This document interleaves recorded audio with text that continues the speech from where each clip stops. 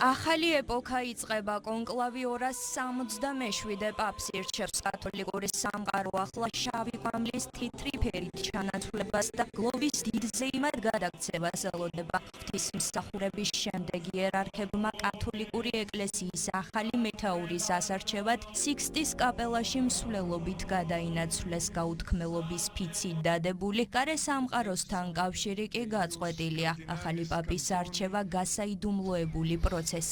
არჩევის მთავარი ნიშანი კი სიქსტის კაპელის სახურავზე განთავსებული საკვამური და ნამოსული თეთრი კვამლი იქნება. აქ იმისთვის ვართ, რომ სულიწმინდისგან დახმარება ვითხოვოთ. ვთხოვთ, რომ მომავალი პაპი იყოს ის, ვინც ამ რთულ და გარდამტეხ მომენტში ეკლესიასა და კაცობრიობას სჭირდება. კათოლიკური სამყაროს სულიერ ლიდერს ახლა 133 კარდინალი ირჩევს, რომელთაგან 80%-ისთვის ეს პირველი კონკლავია. საუკუნეების განმავლობაში კონკლავის პირველ დღეს არც ერთი პაპი არ აურჩევიათ. შესაბამისად პროცესი შეიძლება რამდენიმე დღე ან კვირა გაგრძელდეს. შესაბამისად კარდინალები საკუთარ რჩეულს ხმას იქამდე მისცემენ, ვიდრე ერთ-ერთი კანდიდატი ხმების 2/3-ს არ მიიღებს.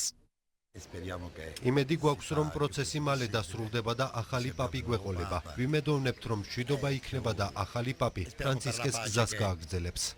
შანსები თითქმის თანაბარი, არჩევანი კი დიდია, თუმცა მთავარ კანდიდატად მაინც ვატიკანის სახელმწიფო მდივანი იტალიელი კარდინალი პიეტრო პაროლინი სახელდება. ვატიკანის იერარქიაში დაკავებულ მაღალ თანამდებობას დიპლომატიურ გამოცდილებასა და გარდაცვლილ პაპთან განსაკუთრებულ სიახლოვეს მის უპირატესობად მიიჩნევენ. გასათვალისწინებელია მისი წარმოშობაც, რადგან უკვე 40 წელია ვატიკანს იტალიელი მმართველი არ ჰყოლია, თუმცა წელს არც აზიელი პაპის არჩევას გამორიცხავენ.